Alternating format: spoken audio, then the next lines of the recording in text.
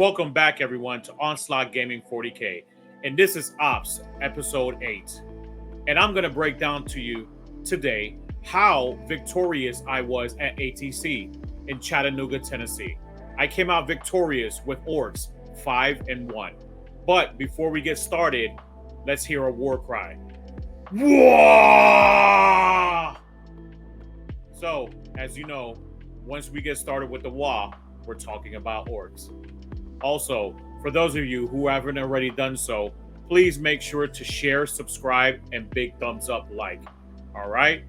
And pay attention and stay tuned for the next episode where we're going to talk about a new faction and interview a very specialized player in the world of Sisters of Battle. So, stay tuned and let's get started. So first, I want to break down the Bring the Waaagh to ATC Army list that I brought to ATC in Chattanooga, Tennessee. Like I was saying, I was 5 wins, 1 loss. You'll see what my loss was. I had a absolute fantastic time. Wonderful event. One of my favorite events, if not my favorite event of every single year. You'll see me there next year again. Every year I try to bring Orks. I wasn't able to do what I did in 2022, where I won Best General and Best in Faction with Orks. Last year, I went 4-2, but this year I got a little bit better and went 5-1 with the Pariah Nexus mission. So, breaking down my list, and if you want more content, go back to Ops 6, where you can see it right here. And I do a complete breakdown of my list. I'm just going to do a quick synopsis today, show you what's in my list, and how I took this against all of my opponent's armies. So, 1,990 points. I had 2 Beast Boss, 1 with Cunning But Brutal. Cunning But Brutal allows me to fall back, shoot, and charge.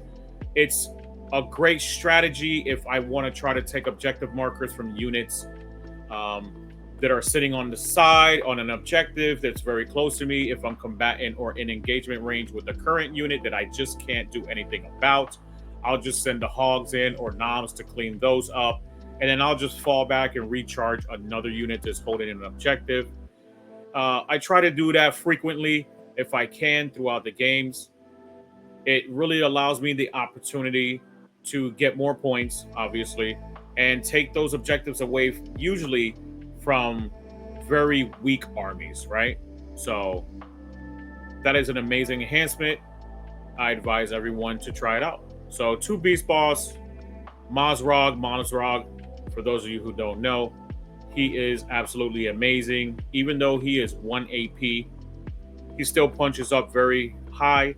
He also has the auto hitting on 4s or wounding on 4s rather, against vehicles and monsters. So it helps out a lot because he has a low strength. So you got a 50% chance of doing 3 damage, which is what he does. The Baby Shark does 4 damage and dev wounds. So with attrition by itself, his 6 attacks and the Baby Shark having 3 attacks, with the Waaagh is a whopping total of 10 attacks. You usually get a few to go through, hopefully some dev wounds to really try to, take away the wounds from those big monsters or vehicles that you're trying to take away. So, also, I brought in 2 war bosses. My battle line was 2 units of Beast Snagga Boys.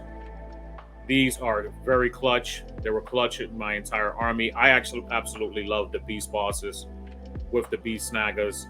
They're amazing. They really punch up really well. If you're going into vehicles or monsters, they allow you to reroll all hits. And with the Beast Bosses, you're already hitting on 2s. So, quite amazing. Strength 6 in the Waaagh, Strength 5 naturally with the 6 up Feel No Pain. I also brought 3 trucks, 2 units of Gretchen, 2 units of Commandos so they can apply that serious pressure during turns 1 and 2. I want them to get stuck in as fast as possible. Hold that deployment line in the center board. That way, their deployment line on the center board. That way they can't jump over it or try to come over and melee my units that I want to get in position to hit them first. So they applied a lot of pressure, very clutch for me throughout the event. 2 units of knobs, 1 unit of 10, another unit of 5. 1 unit of hogs, 8 of them. So you get 6 of the baby squigs and 2 of the knob squigs. A lot of attacks. 2 units of storm boys. And they were very clutch in holding objectives for me. I didn't use them as much most of the time. By the time they needed to come in by turn 2, the game was already decided in a lot of my games. So that unit that was in reserves usually didn't come in because the game was already over with. 1 unit I kept on the board just so I can advance and charge even if I wasn't in the wall to tag those little small units, those little weak units like scouts, things like that, keep them away from the objective or, steal the objective from them. And for those of you who are non-believers, I wanted to show you the player placings, not the team placings. Honestly, the team placings were very low for us. I want to say we were right underneath mid pack of all of the teams that were available at ATC. I want to say 36th place, something within that range. There was almost 400 players, and I came in 18th place. So very excited, very happy, proud of myself for what I did at this event. So as you can see, I went 18, 20, 28 was my only loss, and I'll break down that loss with all of the lists that I'm going to break down as well. A 20 win and an 18 right at the end as well. And I brought Orks, War Horde Orks. I had a fantastic time and wonderful individuals to play with, and I hope to do it again next year. All right, my first matchup was actually a mirror match. I was playing into Bully Boys Orks. This was a fantastic opponent, had a beautiful army, had a Jeep as a truck, had a convertible like Cadillac, old style Cadillac as another truck. Wonderful individual. Jason has always been one of those type of people in the community. Is just one of the best, nicest individual in the world from Battle Ready Wargaming in Georgia. If you ever play into him, you're just going to have a wonderful time. But let's go ahead and break down his list a little bit. So he also had a beast boss in his army, but he ended up taking the biggest boss. Obviously, he has to take a different enhancement because he's doing Bully Boys. He also took Big Mech in Mega Armor, a Pain Boy, a War Boss in Mega Armor, and a Weird Boy.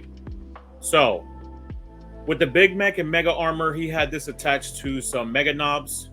I think that having twin kill saws with the Big Mech is kind of superfluous. It should really be placed or attached to a unit with custom shooters. I think they're better suited for that, and I also think that they shouldn't have to be in a battle wagon, but to each their own, right?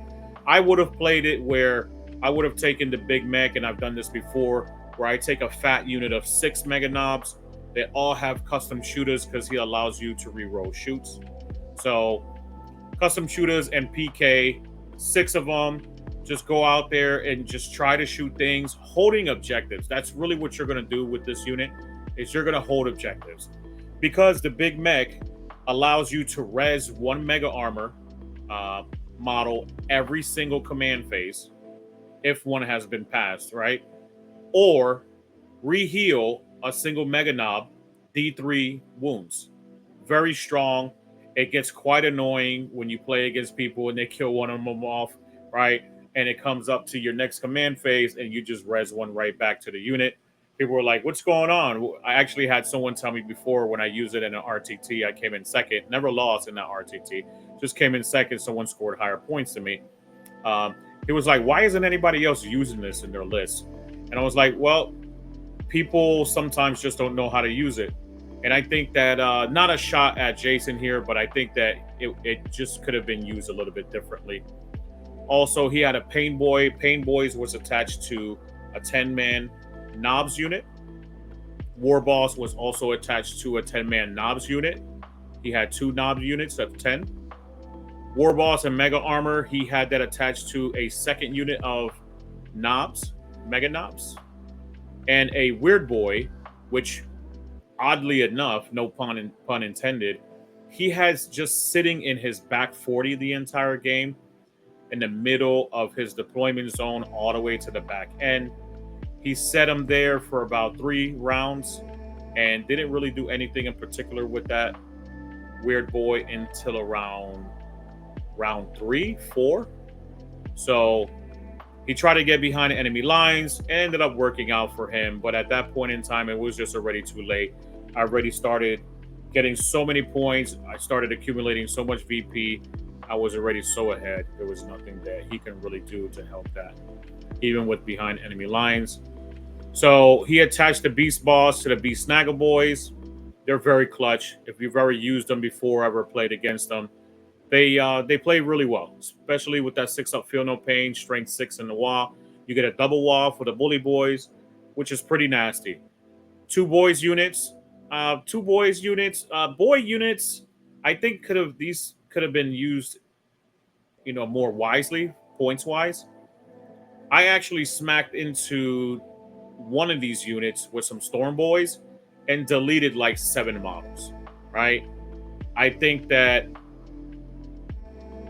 resources can be used somewhere else, but to each their own. He was using them just to hold up objectives, but I have little units that are faster. They have a lot of attacks. They can get out there very fast. And like I said, I took away 7 of his models. He tried to fight back. Obviously, it wasn't enough to even kill 5 Storm Boys. And we just sat there for 2 battle rounds until I cleaned up the unit. Also, he had the beautiful, beautiful trucks that I was telling you about. One was a Jeep. Another one was a convertible. I want to say a Cadillac convertible. Also, he had a battle wagon. Inside the battle wagon, he had 10 knobs with a war boss and the big mech with the mega knobs. He hopped those out turn 2. He kind of positioned himself turn 1 because I had the commandos in the middle of the board. So I blocked everything off, holding the center objective, and he just couldn't move past it all, right? He needed to destroy those commandos in order to do what he wants to do with Bully Boys, which is hop out, charge, and fight. I did a lot of screening. He had to, go through a couple of waves of things. Once the commandos were gone, I used trucks to screen off all of my hogs and knobs and things like that. And that was another wave that he had to go through. So that really incapacitated him from really doing what he wanted to do, which was to kill my knobs and my hogs in particular. He wasn't able to do that. Actually, he charged my truck, charged some knobs, and charged my hogs. Ended up fighting with his war boss and mega armor and mega knobs into a unit of knobs, 10 knobs. Only ended up killing like 3 of them. And I interrupted. This was already turn 2, so I've already got quite a few CP, especially from the farming from my Gretchen unit. And I interrupted, ended up deleting just about the entire unit, if not the entire unit, including the Pain Boy that was attached to it. So things started going downhill for him very quickly. Just the Orc gods, Mork and Gork, just was not in his favor. He also had some Gretchen, and as we talked about, he had 5 Mega Knobs, 5 more Mega Knobs, 1 attached to the Big Mech, another one attached to the War Boss and Mega Armor, 10 Knobs, another 10 Knobs, and 1 Storm Boys. Rebuilding my list now, I know that I showed you I have 2 Storm Boys, but now going back to solo play out of team play, and especially knowing that they weren't very resourceful for me, I'm back down to 1 Storm Boys unit, and I think that's the way that I'm going to continue to go. And I'll make a video for that in the future. So yeah, overall, this was an amazing game. I had a great time. You can actually go check it out on War Games Live. Round 1, so day 1 on Friday, where after the main event on stream was done, they went to us. They really didn't want a mirror match They thought it was going to be boring to the public, but they ended up putting us on there at the end of the video. So you can see us from around turn 3 playing the game out. Me and Jason having a wonderful time, having a great laugh, and crumping as much as we could. My next opponent, so round 2 of day 1, which there was only 2 rounds on Friday, 3 rounds, which was brutal on Saturday. So we spent like 14, 15 hours just playing, eating lunch throughout the day, right? And 1 round on Sunday. So round 2, I played into Space Wolves. This is really a toss-up when it comes to Orks. It's really who goes first. You can really tell by the score that I was showing you earlier, the 20-0 that I went into this army. The first army, you know, my mirror match was an 18-2 in favor of me. This one is 20-0, which I ended up scoring in this game about 100 points to 27. So he had about 17 points just in secondaries and primaries. I think he got 5 points in primaries. Everything else was secondaries. And I ended up going first. I ended up wolf jailing the wolf jail army. This is not necessarily Stormlands for, you know, the technical wolf jail, but he had a lot of Thunderwolf cavalry. I jumped in there, got him, you know, got stuck in very quick, blocked him into his deployment zone. We ended up playing Crucible of Battle and blocked him into his deployment zone. He really couldn't get out. I threw everything at him. I walled first turn and smashed in with everything just about except for 1 Beast Snagger unit and the Hogs. Beast Snagger units and the Hogs came back on round 2 to clean up everything else that was still left. But I ended up smashing into a few units that I'm going to break down here. So he ended up taking Champions of Rust. For those of you who don't know me entirely, Space Wolves is actually one of my favorite armies. It's actually my day 1 army, the first one that I've ever played when I was a young little lad. It has a close place to me in my heart. I haven't actually played them in a very long time for particular reasons, but they're amazing. Their aesthetics, the whole lore about them is amazing. So I know quite a few rules when it comes down to Space Wolves. So Champions of Rust, he had Bjorn the Fell-Handed, an amazing model now, right? Obviously, they dropped the points down, so he's a lot better. He also has the Lord of Deceit, which makes him immensely better, right? Making sure that it's +1 to any of my stratagems within 12 inches of him. So that hurts a lot. So I try to do everything prior to getting within range of that 12-inch bubble. Librarian and Phobos armor, he really didn't do much. He set in the back 40 with some of his infiltrators and just didn't do anything the whole entire game. Lieutenant with combi weapon didn't do anything either. Logan Grimnar on Storm Rider, he was absolutely amazing, clutch, and had high defense. It took me around 2 rounds to actually bring this dude down. He had a ton of wounds. He was clutching a lot of his armor saves. It was real rough. And obviously, I wasn't doing precision, so I was trying to whittle down his unit. You know, I want to take away attrition. If Logan's going to stick around by himself, he's not going to kill everything in my army. But 6 Thunderwolf Cavalry with Logan, that can kill a lot of stuff. So I tried to predominantly deal with the Thunderwolf Cavalry that he was attached to.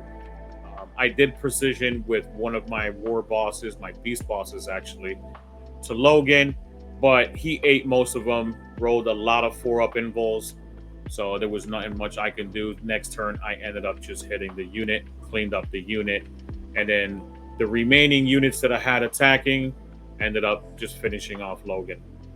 He also had a Wolf Lord on Thunderwolf and another Thunderwolf Wolf Lord into another unit.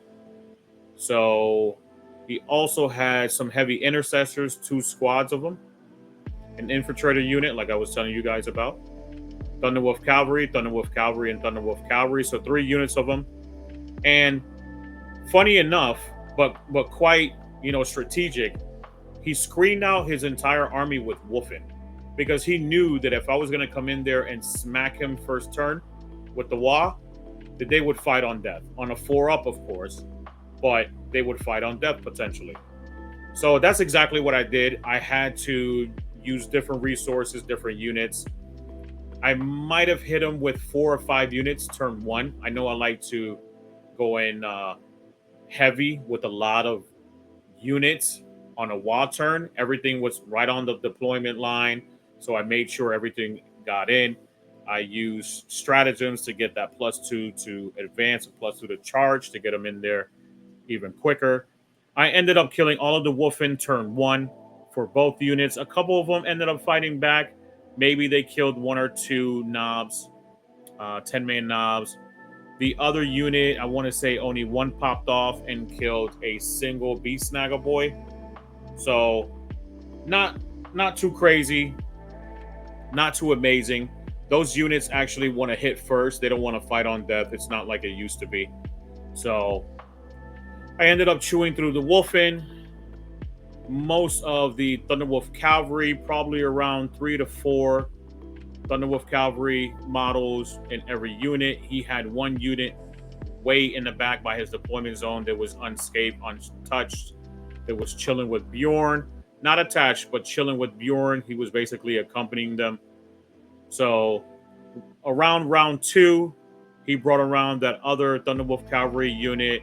I still had 9 knobs in there with a war boss. He ended up smacking into them, killed around 4 of them. They swung back, ended up killing around 5 of his Thunderwolf Cavalry, left him with 1 and a Wolf Lord. So it wasn't much for him to really do at that point. Also, the other remaining Thunderwolf Cavalry that I smacked into round 1, I cleaned them up. The Hogs were actually able to go in round 2, finish the entire unit out with Logan Grimnar. The other one was finished off by 5 knobs with a war boss and just cleaned up the remaining 3 plus the Wolf Lord with my war boss and everything. So cleaned that up very quickly. Really left him with no resources on the board. He had some infiltrator units. He had 1 unit that was at half health next to Bjorn. And some Phobos Captain, the Librarian, and that was about it. At that point in time, he already knew, he could see the writing on the wall. We went into another round, round 3. I ended up finishing everything else off. He ended up calling the game, and I won 20-0, 100 to 27. So yeah, so those 2 games, that was first round, second round, day 1. Going into day 2, Saturday, pairings actually went up Saturday night, so I saw what I was going to be paired into. Quite hilariously, the club me and my team were going into, which we were team Face Punch, which was hilarious as well, right? Because we all had melee, so they named it Team Face Punch. But we were going into the Battle Barbies worldwide, and he had Chaos Demons. Talon Frost was an amazing, amazing individual to play against. Super sweet, super nice individual. I would love to play against him again. This was a very bad game for Talon in favor of me, where I made a lot of clutch charges. I got first turn, and things really went downhill for the monster mash that we called the Chaos Demons. So let me break down his list very quickly. He had Be'lakor. Be'lakor, I actually rolled a box cards to charge him with my Hogs turn 1. Ended up going 16 inches -2, so 14 inches turn 1, going across a board of a 20-inch no man's land. So he was just around 2 inches behind that. I ended up, like I said, rolling box cards for the charge. Rolled 6 for my advance. It was really going in my favor. A lot of my dice were really in favor of me. And hit Be'lakor, completely destroyed Be'lakor turn 1 with all of my Hogs. I want to say just the knobs and Mazrog cleaned them up. Everything else in the unit really didn't do much.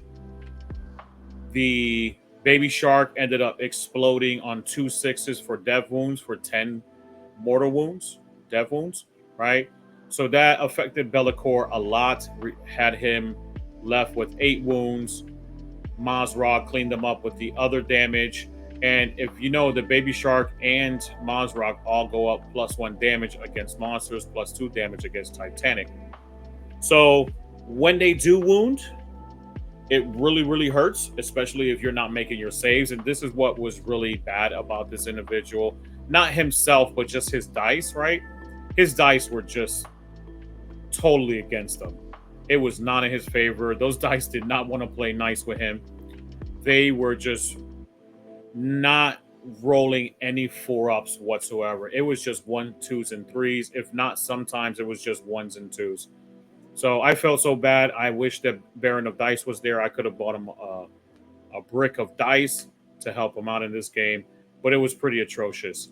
The Bloodthirster, he actually left off of the board and left them in reserves. The Great Unclean One, I hit him with a 10-inch charge on turn 1 with a unit jumping out of the truck of 10 knobs. Now, knobs and most things in Orks list, other than mega knobs and the hogs, can't really punch up as well into the Great Unclean One, especially when he has the Endless Gift that gives him the 4-up Feel No Pain. So he has a 4+ Invuln, 4-up Feel No Pain, 20 wounds, 12 toughness. So he is hard as heck to kill. Orks really don't punch up well without taking those 2 units that I was just telling you about. Everything else, wounds on 5s. My knobs were wounding on 5s. Around round 2, he put some Nurglings next to the Great Unclean One, so the War Boss was no longer helping me by hitting on 3s. Now the unit was hitting on 4s. We got stuck in for 2 rounds because I couldn't clean them up turn 1. Second round, I was hitting on 4s, wounding on 5s. Thank goodness the War Boss was there. He was just hitting on 3s, still wounding on 5s as well. So it was still pretty tough, but I had a lot of attacks. Attrition really wore him down and ended up cleaning him out in round 2. Lord of Change. Most of the damage of the Lord of Change was done in battle round 1. When I smacked into the Lord of Change with a 5-man unit of knobs and a 11-man unit of Beast Snaggle Boys with the War Boss that was attached, or Beast Boss that was attached.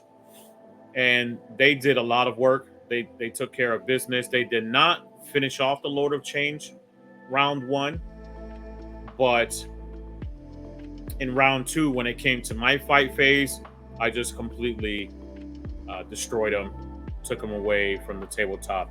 And he couldn't make his saves for him either. It was like every single unit, everything that he tried to do, he just couldn't make any saves. And if you know, the Lord of Change has a 4+ Invuln as well. These are the pesky Nurglings that I was talking about. Even from receiving their nerfs, where they're OC 0 now and they can't hold objectives and do any actions, they're still pesky. You know, they're 40 points. They'll still make you -1 to hit.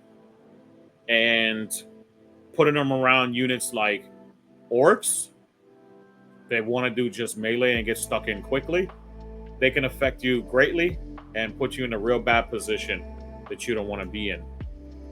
He also had 2 units of Plague Bearers that were pretty awesome. After I cleaned off the Be'lakor in round 1, on his turn, he came in with the Plague Bearer, 1 Plague Bearer unit, and tried to get stuck into my hogs. He fought my hogs. I fought back and cleaned up the entire unit. So it didn't go the way he thought it was going to go, especially that I'm being toughness 7. He thought he was just going to pin them down so his Bloodthirster could come in and try to kill off the hogs, but did not work in his favor. So demon gods were not on his side. Then he had 3 Screamers. These were supposed to be used just for holding objectives. They semi did that in round 3.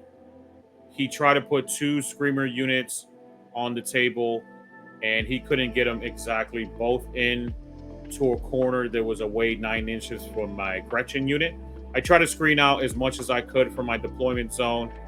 I left a little gap where 3 of these Screamers could actually fit in, but he couldn't get 6. So it helped me out. He couldn't get complete behind enemy lines. And he also had 2 War Dog Carnivores, which in the beginning of the game, both of my commandos smacked into, whittled down the first one to 2 wounds. A unit of Storm Boys hit the other Carnivore's unit and left it to 8 wounds. So I was doing a lot of work to his Carnivores, a lot of his units, trying to make sure that I killed everything and make sure that I take and control the game state, right? And the table state. So once again, fantastic opponent. This was the first round for day 2 on Saturday. A brutal, brutal day. And you will see, because of 14 hours, why it was a brutal day. So on to the 4th round up next. But before we get started with the 4th game, I'm going to play a small little commercial. We're going to pay the bills and make sure that we keep the lights on. So give me 1 minute and we'll be right back. Welcome to Big Bear 3D, your ultimate destination for top quality terrain and weapon props. Whether you're setting the stage for your next epic battle or enhancing your collection, Big Bear 3D has you covered. Don't forget to scan the QR code to explore our full range and bring the event home with you. Happy gaming! Big Bear 3D is excited to collaborate with Away Games, bringing top-tier competitive experiences to events across North America with our adaptable modular event tables. The Away Games event table, official for the American Team Championship and standard for the National Tabletop League, can now bring the event home. Pick up the Away Games 2024 event table to replicate any layout featured in ATC or NTL circuit events. Big Bear 3D is thrilled to offer sci-fi weapon props and raw part kits, printed in PLA plastic with all necessary assembly hardware included. We've also partnered with Hobby Goblins to provide assembled and painted prop kits for our customers. And don't forget, bring the event home with you.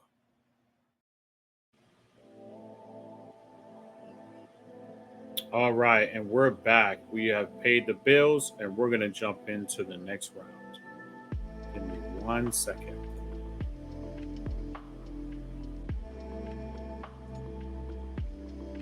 All right, so actually this time, I ended up going into Space Wolves again. This time was Real Wolf Jail, Stormlands. This ended up being one of my toughest matchups, ended up being my only loss. I think that this individual played this game correctly, was very smart and strategic in what he was doing, especially screening out with his Fenrisian Wolves. Stormlands has a lot of abilities and flexibility to take a lot of units that you can take, right? So he ended up taking a captain on foot with a power fist, Logan Grimnar on foot as well, which was a little strange. Ragnar Blackmane, which is my favorite character in the entire Warhammer 40k universe. Also, Wolfgar Battle Leader on Thunderwolf, 3 of them rather, and a Wolf Lord on Thunderwolf as well. So he had the ability to advance and charge with everything. He ended up getting first turn. Like I was telling you with the other Wolf player matchup, it's really a dice roll, right? It's 50-50. If I go first and I can lock you into your deployment zone, I'm probably destroying everything. If you go first as Wolf Jail, good thing that I had commandos, so he had to chew through the commandos first on the middle of the board. I always try to put them on the middle of the board around 95 to 99% of the time, just to stop things like that. He also had screens that I didn't know how to deal with. I really didn't think about it, to be honest with you. And it made it challenging for me. So he also had assault intercessors, which really did nothing throughout the entire game. He had a Rhino, which had some scouts inside of it. They really provided nothing other than a stop block, an impeding roadblock for me. So I guess you can say that it helped them out a little bit for me doing things that I needed to do round one with a unit of commandos. But other than that, really didn't do much. He took 3 units of assault intercessors with jump packs. Those were pretty clutch for him in the game. He was usually running them with the Thunderwolf Cavalry. So he would try to do a combo charge on you, hit you with the Thunderwolf Cavalry, try to clean you up with the assault intercessors, or vice versa. They fly far, 12 inches. Advance and charge can get pretty nasty. He also brought the 2 Fenrisian Wolves units, like I was telling you about, to screen everything out. What he ended up doing was he ended up screening out all of my hogs, which was brilliant, absolutely brilliant. So I couldn't get my hogs stuck into the fight, which really, really incapacitated me coming into rounds 2 and 3, because I was holding my own. We were both screening each other out and losing models that we really didn't care for much. The brunt of my army is in the knobs and the squigs, and his in the Thunderwolf Cavalry. So I really couldn't touch much. He was just throwing things out there, little scrap units, and I couldn't get to the ones that I wanted to. He had the Infiltrator Squad as well, holding his deployment zone. The Scout Squad, one of them that he had in the Rhino. Another one he had holding a corner objective that I threw my commandos into and deleted them very quickly. And of course, with Stormlands Space Wolves, he had 3 units of Thunderwolf Cavalry for a whopping total of 18. So he went first. Once again, he was able to screen me out. Better positioning in the beginning. It was an uphill battle for me to really get in there.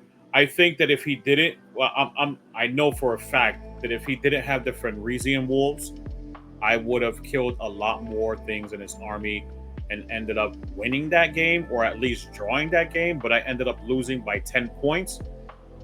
So in ATC points, it ended up being 12-8. I got deducted 2 points. He got plus 2 points for a standard start of 10 points in ATC.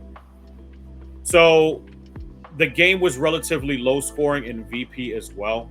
I want to say it was 75 to 62. 62 being me, of course, for the loss. This was the only loss that I carried out through the entire weekend.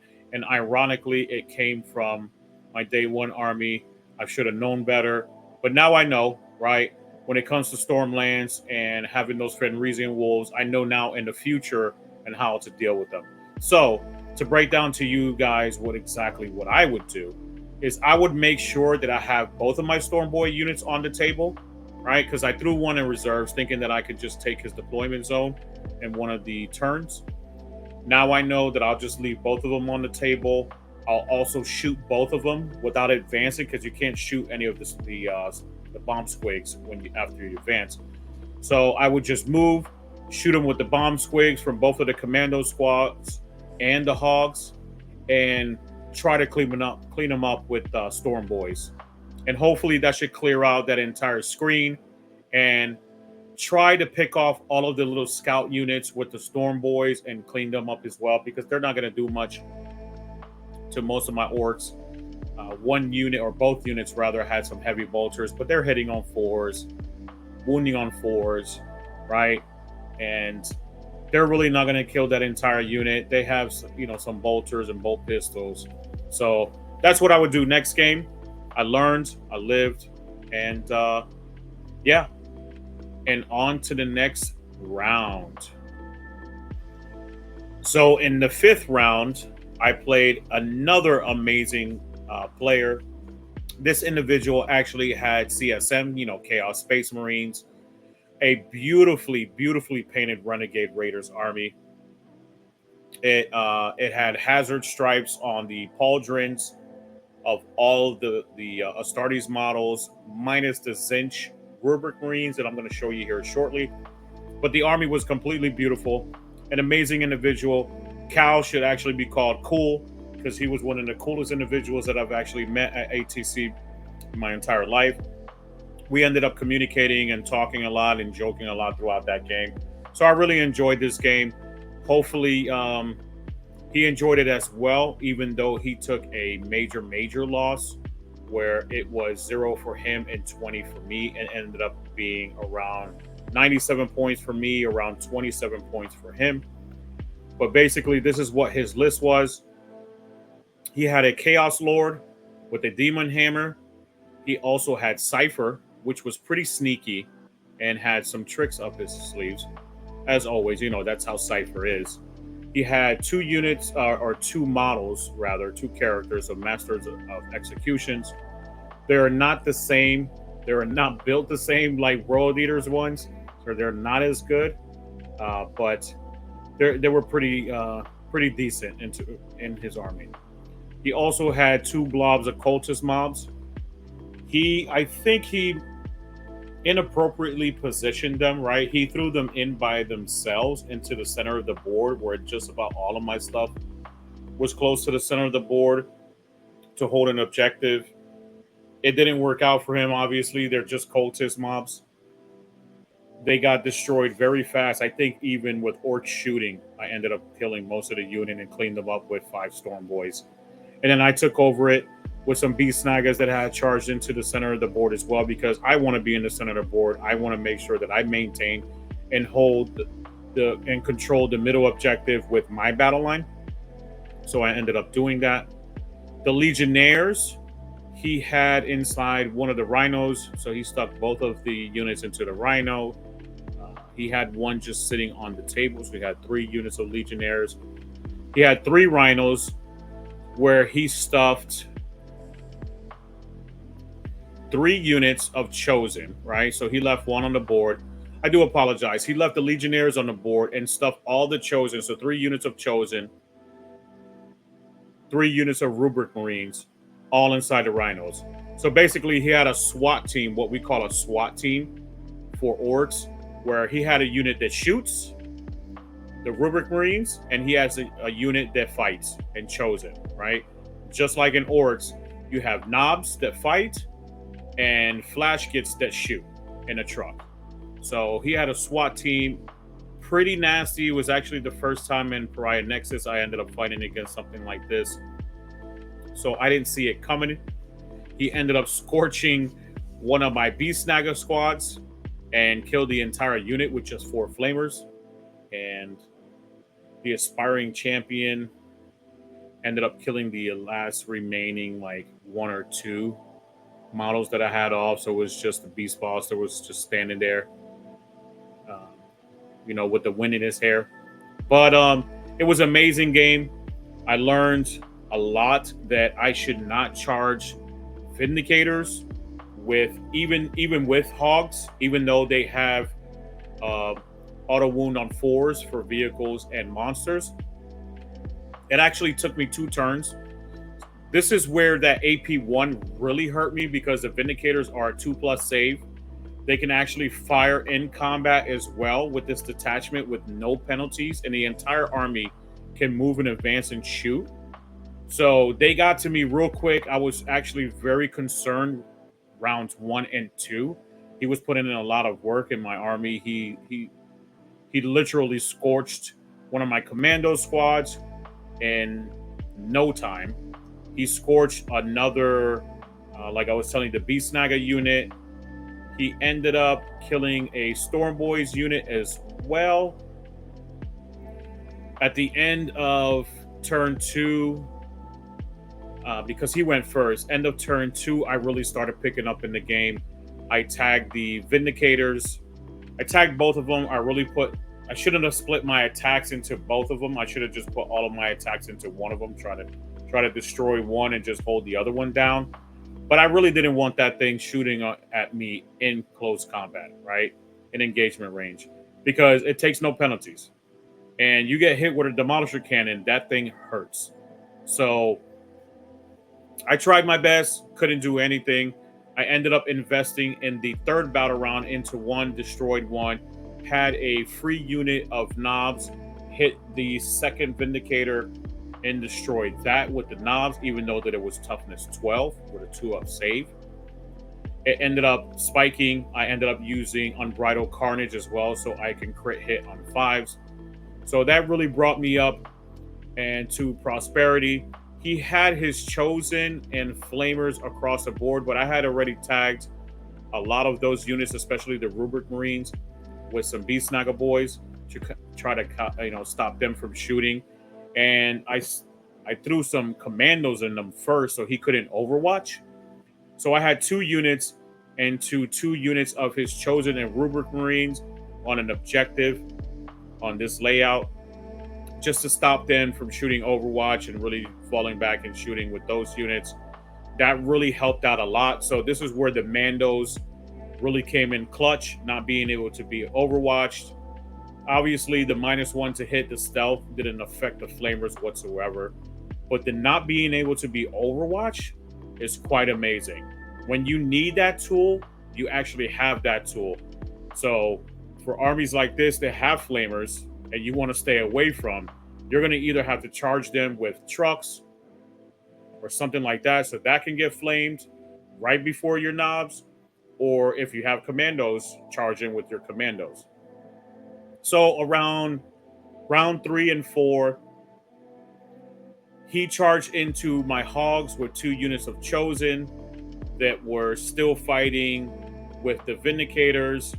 It really didn't do much. Chosen are really nasty. They cleaned up a unit of 5 knobs and some Beast Boys as well, but they couldn't do anything to any of those hogs. They're toughness 7.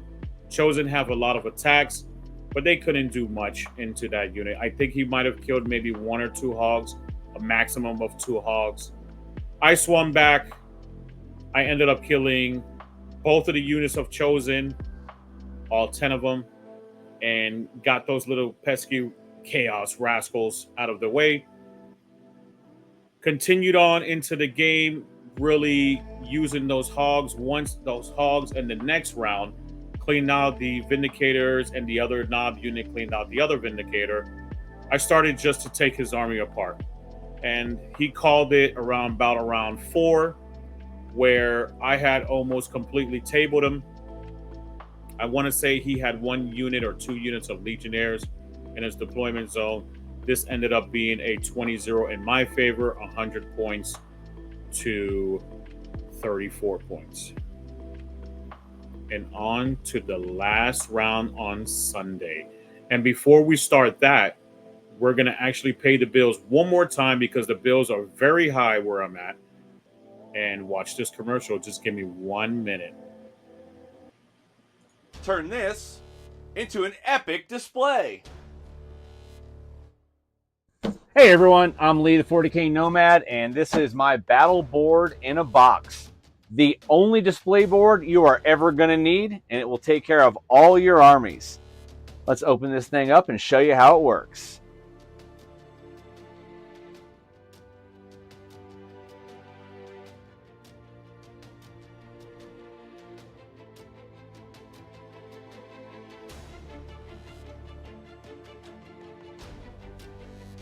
And then choose from the steps or the flat wall section. All display boards come with both options. Want to use the same display for a second or third army? No problem. Change out the picture, change out the insert, add some different terrain, and you're good to go.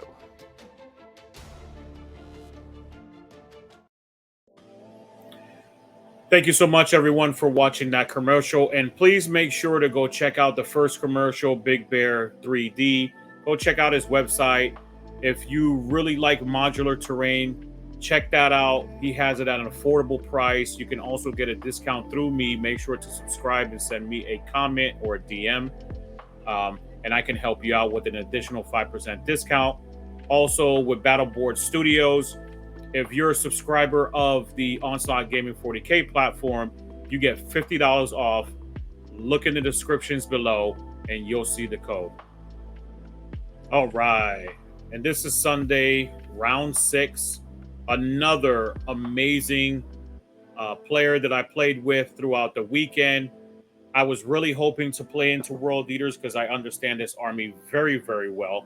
This is actually one of the armies that I played myself right before the Orks Codex dropped. So I understand them very well. I know exactly what needs to be picked off. I know their abilities. I was not aware. I didn't actually use them before the Mo and Fight on First. I used to take Angron a lot of 8-bound and spawns and things like that. Never really took Berserkers because there were 200 points at that point in time. So I never took those. I used to take Karn. He was just a torpedo all by himself. He actually did that in this list as well. But let's go ahead and break down his World Eaters list, and I'll tell you exactly what I did against him.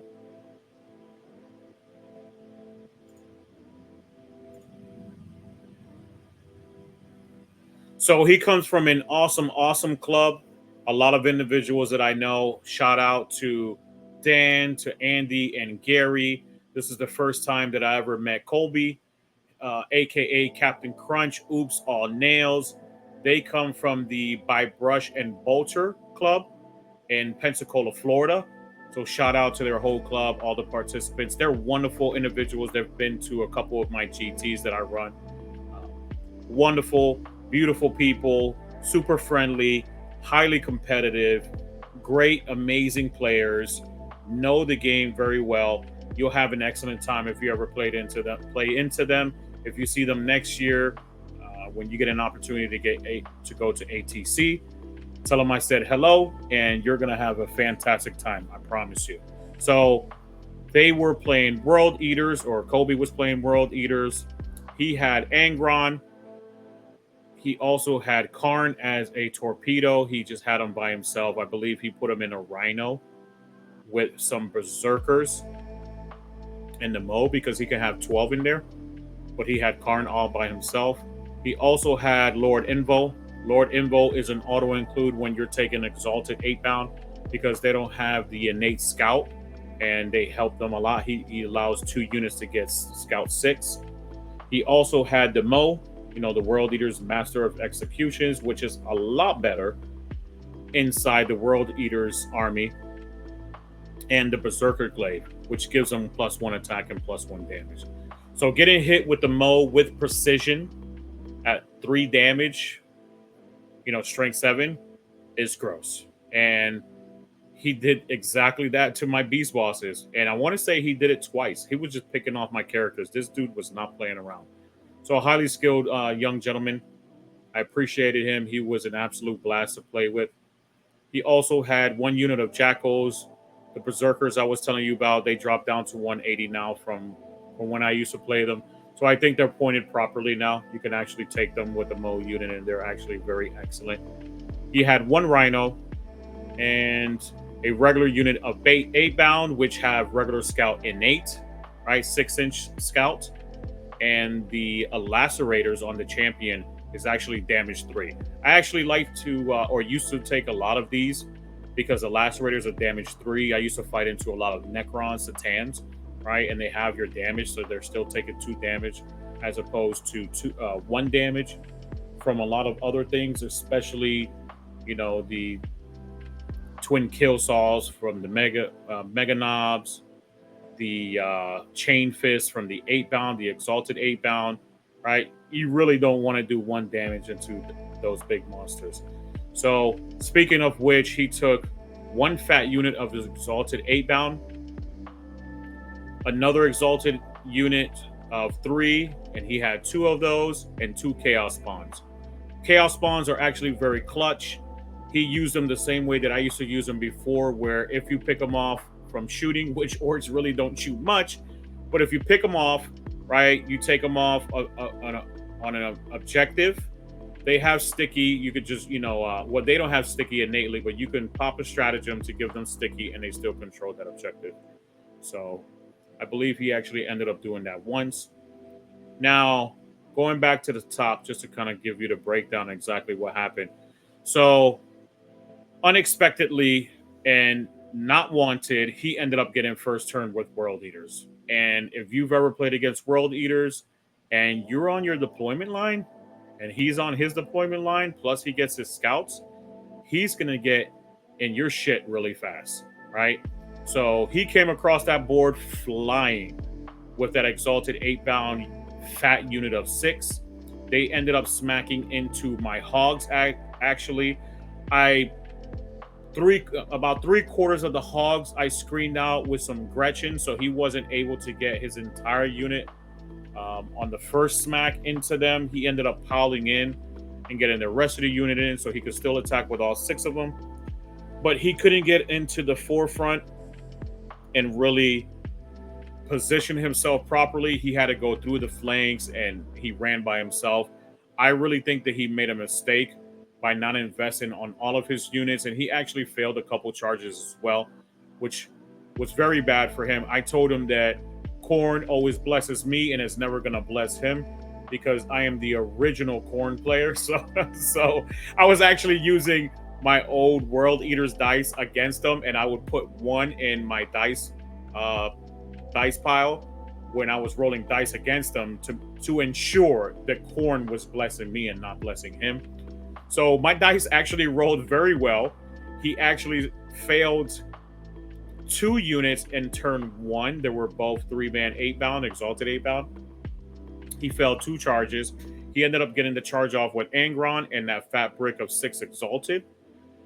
He hit the hogs. He killed 2 of them and put the other one on 2 wounds. So he only killed 2, put 2 wounds on the other hog because they're 3 wounds each. I turned around with all of my attrition, all of my models, and really smacked them up, killed all 6 of them. Mazrog did a lot. I also did a dev wound, or 1 or 2 dev wounds with the baby shark from Mazrog, which didn't help him because then he had to proc into his 5+ or 6+ feel no pain because he didn't, obviously, as a World Eater player, you're not going to take feel no pain turn 1. He took advance and charge, and he also took +2 movement. So Exalted only has a 6-up feel no pain innately. Regular have nothing. So he ended up having to take feel no pains on his guys, and he couldn't just clutch out any 6s whatsoever. So it was a downhill battle for him, or uphill battle rather. I didn't make it easy for him, and he was wounding on 2s, but I did make him wound on 3s by popping a stratagem for -1 to wound. So I made it a little bit harder, even though he has chain fists in there. Not all of them are chain fists, so he couldn't get rerolls on all of them. He didn't wound quite enough that he needed to. That's why he only ended up killing 2. And then wounding on 3s instead of 2s, and having a 5+ invul because I did pop my Waaagh, and a 5-up feel no pain, I started clutching a lot of them. So it was just a challenge for him to really kill that unit. Angron made his charge. He actually ended up charging a truck, which I think was a waste of absolute time. I would have never charged with Angron towards a truck, even if I'm trying to surround them with a 8-bound unit of 3, which is really not going to surround them with those 4 models, even though Angron's base is pretty big. I wouldn't have invested in that. I think that his timing was a little bit off, and I think that was his only mistake in this game. I think that going first, if he would have smacked me with 4 or 5 units, including the Berserkers with the Mo, he would have definitely taken me off of the stratosphere and controlled the battlefield. But that didn't happen. My turn came, and I really started controlling the board. I started killing everything. Obviously, like I was telling you, in his fight phase, I cleaned up all of his 8-bound, the 6-5, the 6 brick, the fat brick that was. So I swept up his exalted 8-bound brick of 6, moved out on my turn. So now I had the opportunity to move my hogs, ended up charging a 3-man unit that was holding an objective marker of exalted 8-bound. Smacked them. Obviously, they were going to die quickly, and he had 1 spawn unit over there as well. So I tried to clean up both units, ended up doing that on turn 1. This was really rough. It was a massacre turn 1. Turn 1 as well, he threw out his Berserkers on the center of the board because I didn't have much things invested. Obviously, he had everything invested into me. He put a 10-man unit with the Mo in the center of the board. He also failed a charge with an 8-bound unit. So it was Angron just standing next to 5 knobs. I ended up charging in with my 5 knobs, putting Angron down to 2 wounds. He couldn't clutch a lot of his 4 invulnerable saves. And he had missed that charge roll with the 3-man unit of 8 bound, exalted 8 bound. So I took a unit of Beast Boys with a Beast Boss attached to it and cleaned up that unit. Tried to get close to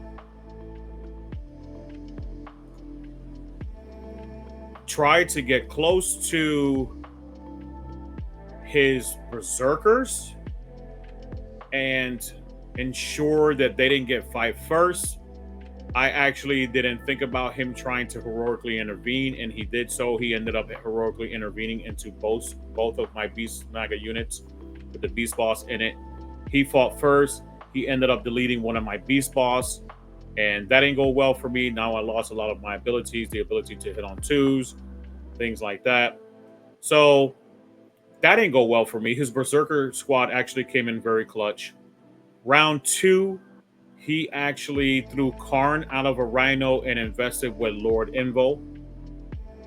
At this point in time, he has Angron still trying to fight a War Boss with 5 knobs. Angron only ends up killing. So he does a strike instead of a sweep. I think he should have done the sweep. He ends up doing strikes into the unit of knobs, ends up killing only 5 of them, wounding only 5 of them.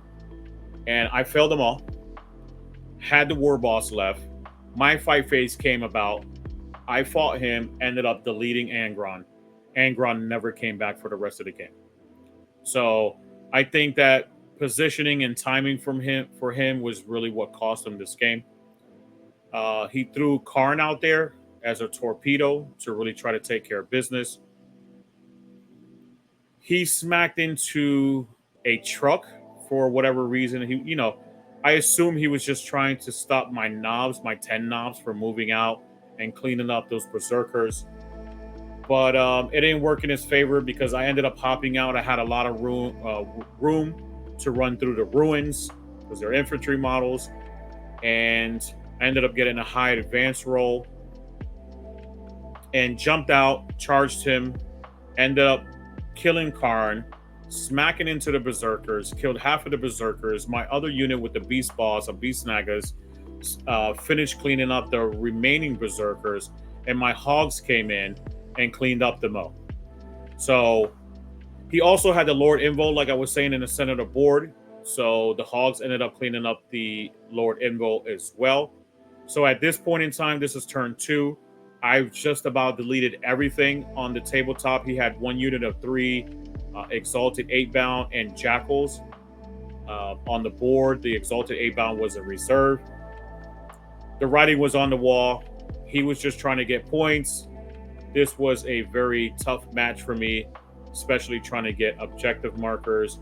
This was the Ritual. The Ritual, I think, is one of the most challenging ones, especially for melee armies, where you're trying to stack up on points because you have to create them in no man's land.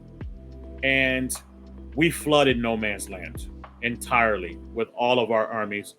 So we couldn't really get out of position where we couldn't get it out of 12 inches from the center and 6 inches from any other objective marker. So it was a challenge. So it was a low scoring game. I ended up getting 72 points to his 42 points. Ended up being at the end ultimately a 18-2 victory for me. Thank you very much to Kobe. I had an excellent game with him. An even better time at ATC. So let me go ahead and break down my final thoughts. So ultimately, I had a fantastic time at ATC with most of my opponents. All of the ones that I had a fantastic time with, thank you very much for the opportunity to meet a new friend, develop a new relationship with you. Thank you so much for your time. I do apologize for how the games ended up, but that's what we are in it for, right? We're in it to play it, to win it. Obviously, we're in it for the highest level of fun and meeting new friends like yourself.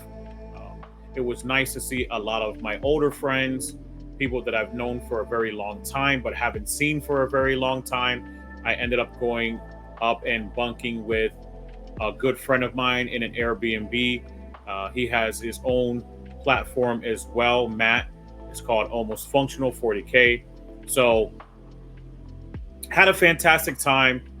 Saw a lot of people. I know the head judge. I know the president of all of ATC. So, you know, messed around with them, pinched them a little bit. So it was fun. It's definitely one of my most favorite events. Like I was saying earlier, maybe my most favorite event of the year because of the camaraderie, being able to hang out with your friends, pairings, hanging out with your friends and looking at them down the aisle and saying, hey, how are you doing? Hey, how are you doing? Do you need me to score more, right? Do you need me to score less? Do you need me to make sure that I at least draw this, right? And that's one of the greatest aspects of team play. Also, my next team event is going to be at Gateway in Missouri. That's going to be a fantastic time. I can't wait till I go over there. I should be bringing my orcs. I'm highly, contemplating it. I don't know exactly what I'm going to bring yet. That's a couple of weeks, if not a couple of months out. I know that I have a Grand Onslaught 8 GT that's coming up that I run myself here in Hudson, Florida. So please make sure to attend that. As always, for those of you who want to come to a super major in Orlando, Florida, come out to Crucible 2024, also known as QuestCon, under the QuestCon umbrella. And it was always known as Crucible, but now the overall scheme of it, because it's D&D, board games, Star Wars, a plethora of things, a lot of celebrities as well. So hopefully I see you guys there. If you see me, make sure to say hello. And as always, thank you so much for your support. Big love, big hug. Make sure to share, subscribe especially, and big thumbs up. Take care and have a good one.